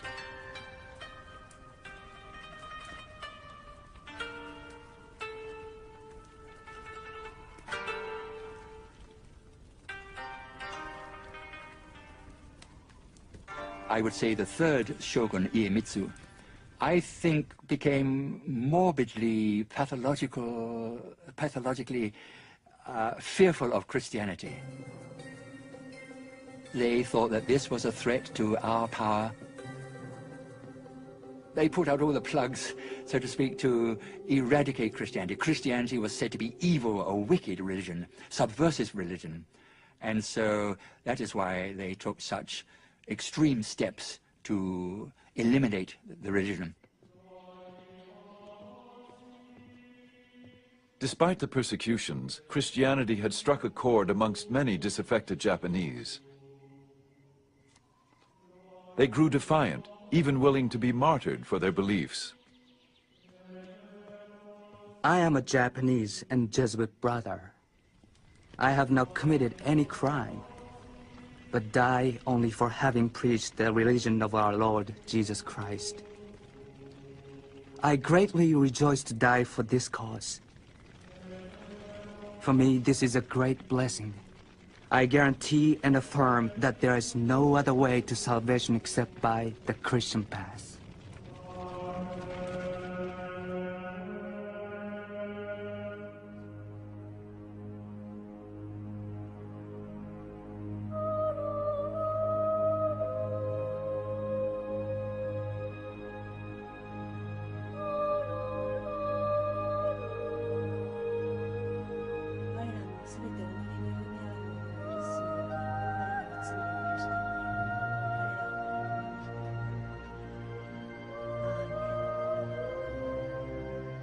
Iemitsu was increasingly disturbed by the Christian situation, especially in the south, where a large number lived.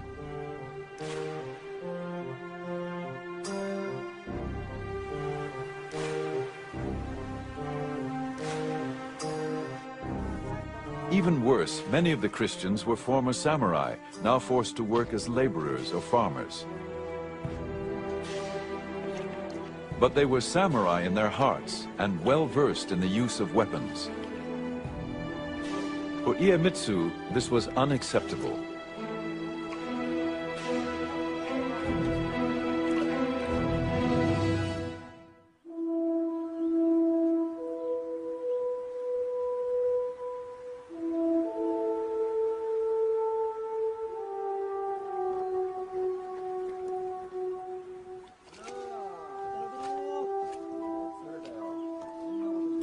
The shogun's iron hand extended to every detail of a peasant's life.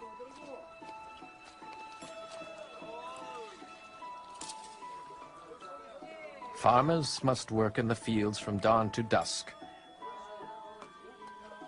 Wives and daughters must make meals 3 times a day, put on red headbands, and take the meals to the fields. Once men are home after dusk, sisters-in-law and female cousins must put the chapped feet of the man on the stomach of his wife and massage them.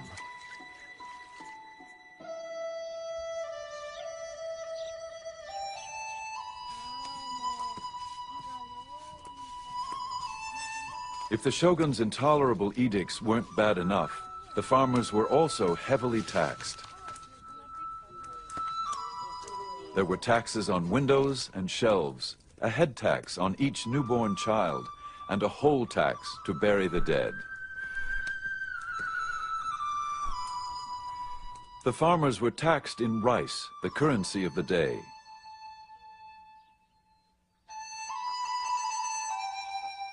Ironically, farmers were not allowed to eat the rice they grew.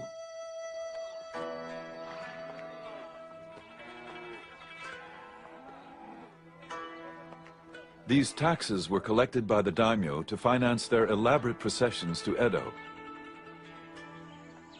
and to pay the stipends which supported the samurai class.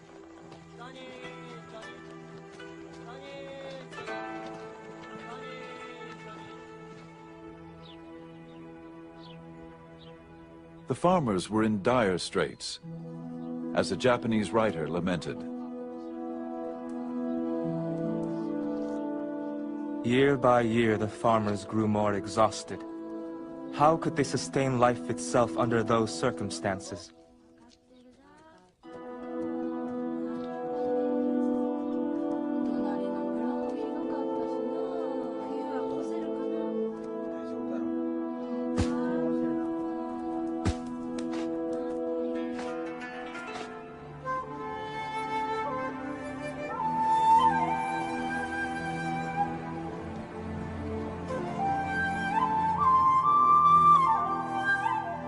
In the Shimabara Peninsula in the far south of Japan, drought and famine further depleted the meager harvest.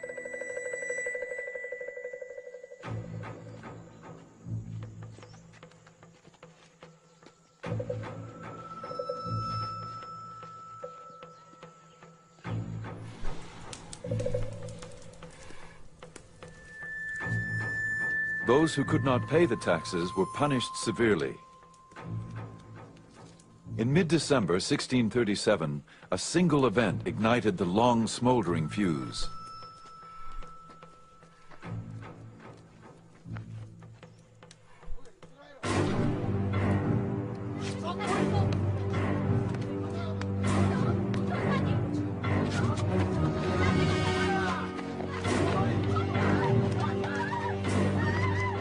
The young daughter of a farmer who owed taxes was seized and tortured.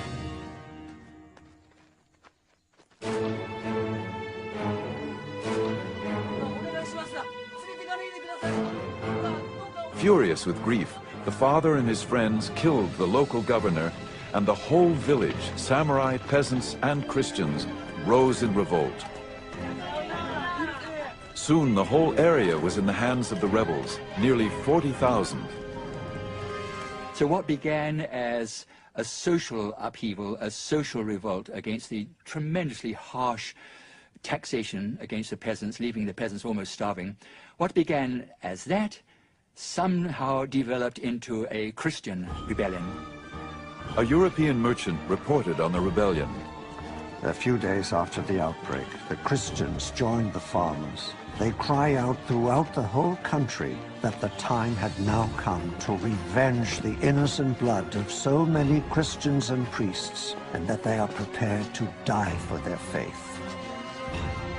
The rebels swarmed into an abandoned castle surrounded on three sides by the sea. Feeling protected, they brought in their wives and children and barricaded themselves inside.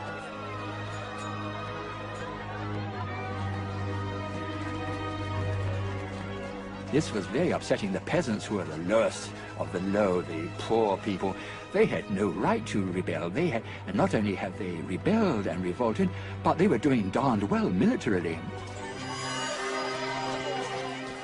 And so no wonder the shogun was worried about this, because this might set an example to other parts of the country that had become unsatisfied with the crushing taxes which the peasants were paying. The shogun didn't tolerate dissidents, especially any who looked to Jesus for help. He sent his troops to Shimabara to quell the rebellion. But for 4 bloody months, even as food ran out, the rebels managed to hold off the government attacks.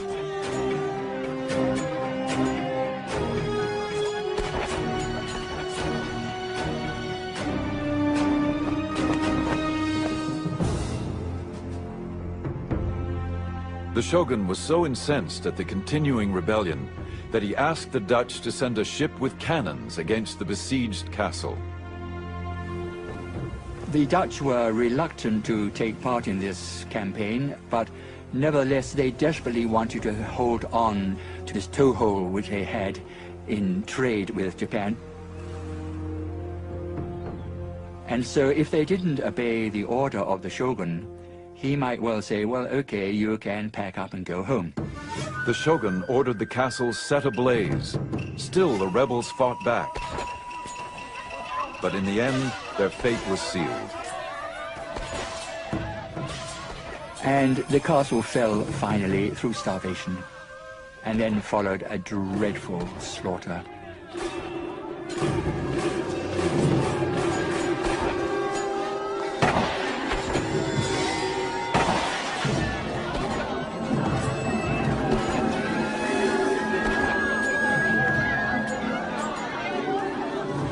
And that was the last battle, really, in Japanese history.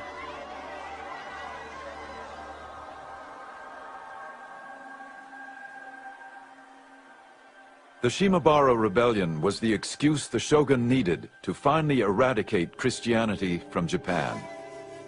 The shogun decided draconian measures. We will cut off Japan from all Christian influence. Now, how can you do that? We will isolate Japan. These foreigners, of course, so much trouble, I suppose he was thinking. They are an unnecessary complication to our life.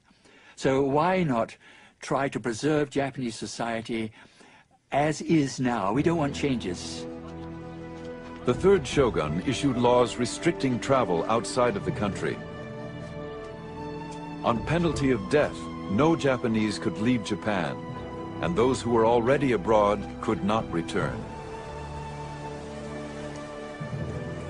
To ensure his edicts were obeyed, he destroyed all ships of seagoing capacity. Then he forbade the entry of any ship of European origin. Only the Dutch were allowed to stay and trade, but with severe restrictions. The maritime restrictions are designed to prevent any unauthorized contact with the outside world.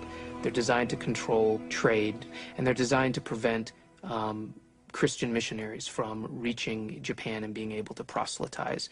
And they form the bedrock of Tokugawa foreign policy for the life of the shogunate, which is sometimes called the beginning of the isolation of Japan. Two years later, in defiance of the shogun's ban, an official Portuguese trade delegation arrived in Japan.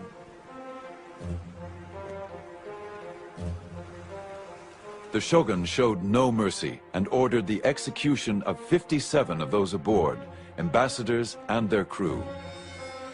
He ordered the ship burned. The few survivors were sent back with this warning.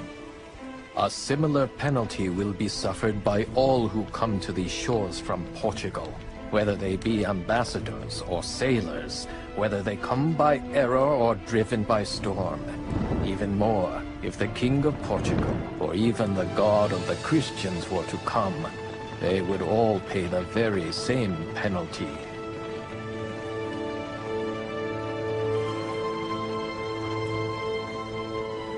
The doors of Japan clanged shut and were not opened again to the West for 200 years.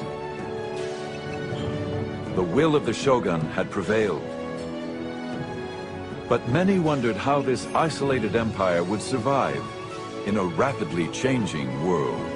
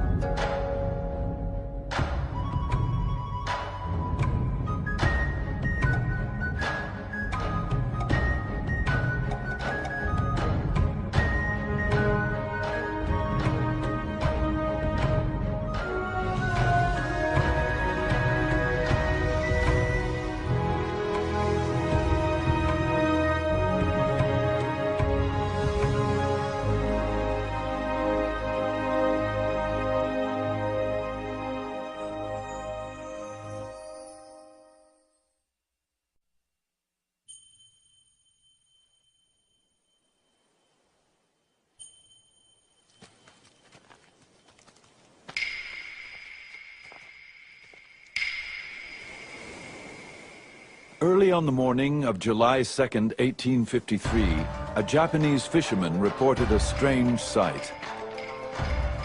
I was told there were ships on fire.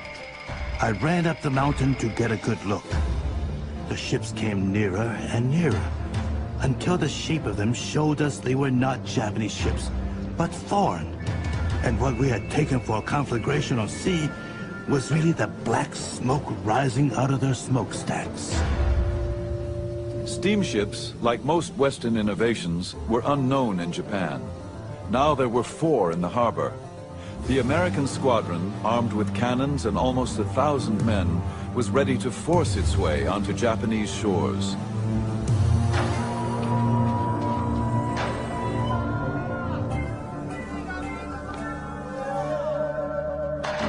Japan was a land shrouded in mystery, a warrior society ruled by the powerful Tokugawa shogunate. They had successfully kept the West at bay for over 200 years. But now the Western powers demanded entry.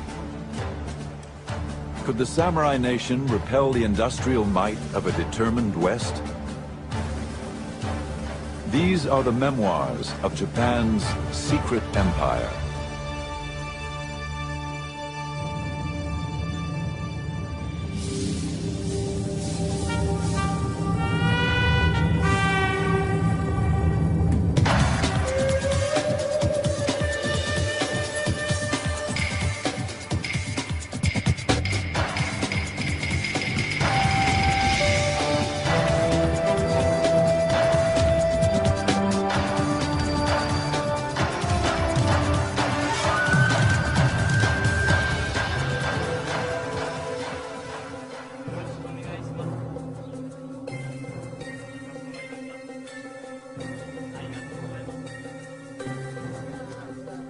All those who are in contact with us are bound by an oath and signed with their blood not to talk or entrust to us information about the situation of their country, their religion, and secrets of government.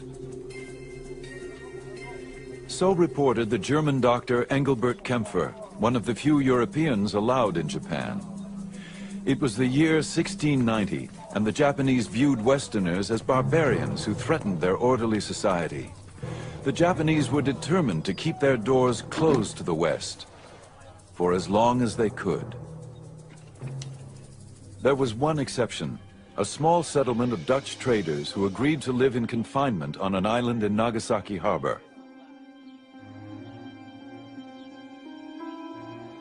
For over 200 years, this sequestered trading post would be Europe's only window to this impenetrable land.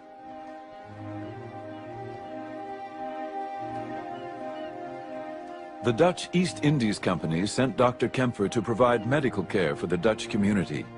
He was also asked to gather information about the everyday life of the Japanese. It would not be an easy task. We are strictly and strongly guarded from the inside and the outside by various guards treating us not like honest men, but like criminals, traitors, spies, prisoners, or to say the least, hostages of the shogun. This jail goes by the name of Dejima. The Dutch lived like prisoners on Dejima. But Kempfer was fascinated by the opportunity to write about something nobody else could get access to. Dejima was tiny. Kempfer counted 236 steps across and 82 wide. There were never more than 19 men allowed on the island at a time, and never any Western women. Far from home, the men did what they could to transform the unfamiliar Japanese-style buildings into a little touch of Holland. They placed chairs and high tables on the woven grass mats, replaced futons with poster beds, and insisted on being served Dutch food rather than eating Japanese.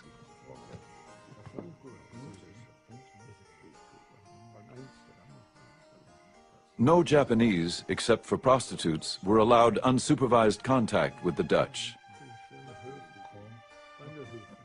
Yet, in order to gather information for his reports, Kempfer managed to create a small group of inadvertent Japanese informants. I served them willingly and without charge in my profession with medicines, while cordially serving them European liqueurs. I questioned them about local matters, nature and secular and spiritual topics, with total freedom.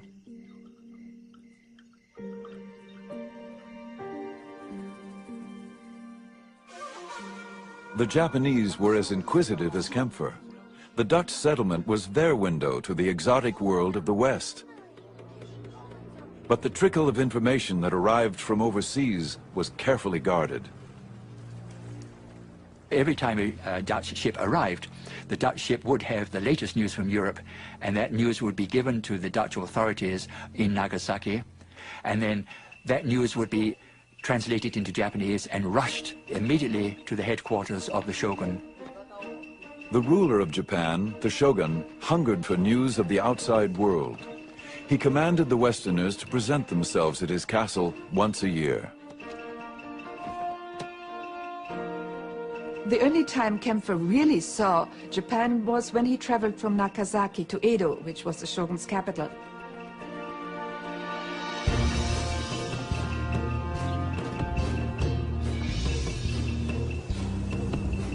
The road trip to Edo gave Kempfer revealing glimpses into the world of the Japanese. He recorded every detail of his month-long trip.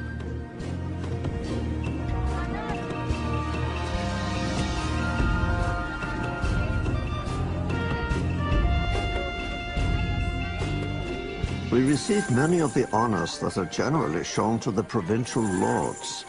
The roads are swept with brooms and water to keep the dust down. In the houses bordering the road, people kneel behind the blinds, watching our procession in profound silence.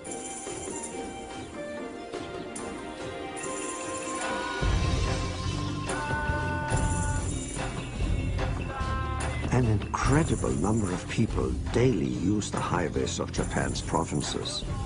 Indeed, at certain times of the year, they are as crowded as the streets of a populous European city.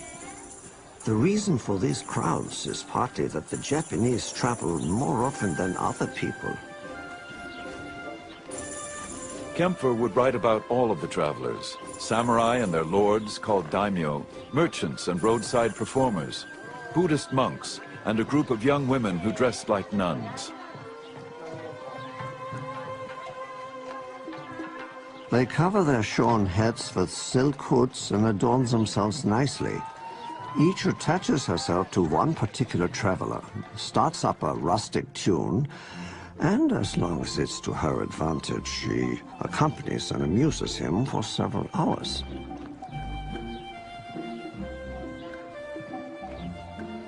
As the road traffic grew, so did the number of merchants who catered to the travelers' needs.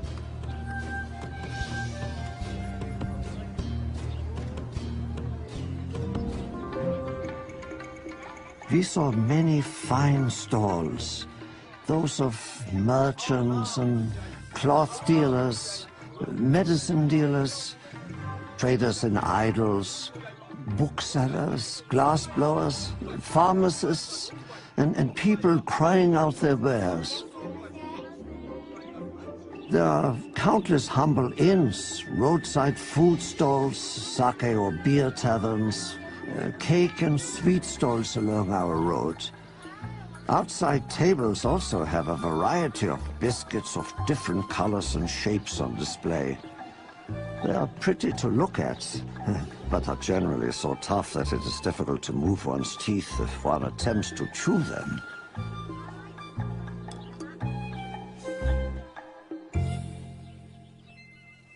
Tradesmen, once considered social parasites, were beginning to improve their position in Japanese society. Successful street peddlers became roadside merchants, who would eventually build bigger stores and even move to the cities. Kempfer was witnessing a changing way of life in Japan that would soon shake the very foundations of this highly ordered society.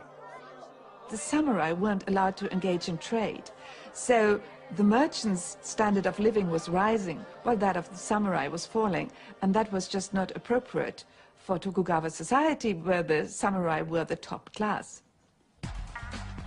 The samurai were the elite ruling class, less than 10% of the population. In Tokugawa, Japan, one was born a samurai, and only a samurai had the right to carry 2 swords. Obligation and loyalty to one's daimyo master formed the basis of their warrior code.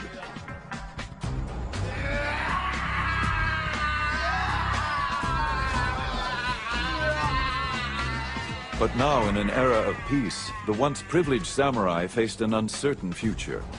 There were no wars to fight, and many daimyo found it difficult to keep a full army on staff. While higher-level samurai could find work as civil servants, other samurai were not allowed to work in occupations considered beneath their class.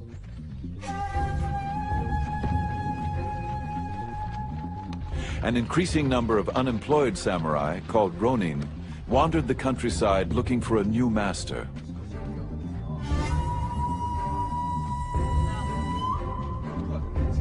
The search for new opportunities led many to the cities. And there was no more rapidly growing city than Edo, later to be known as Tokyo. Edo was the capital of the Tokugawa shogunate and Dr. Kempfer's destination. Here he would finally come face to face with the shogun, the most powerful person in Japan.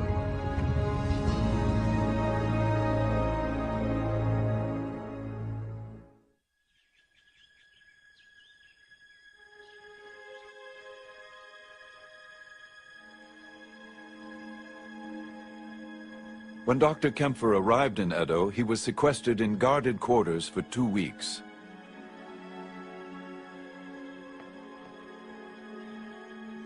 Finally, he was summoned to appear at the castle of the 5th shogun, Tokugawa Tsunayoshi.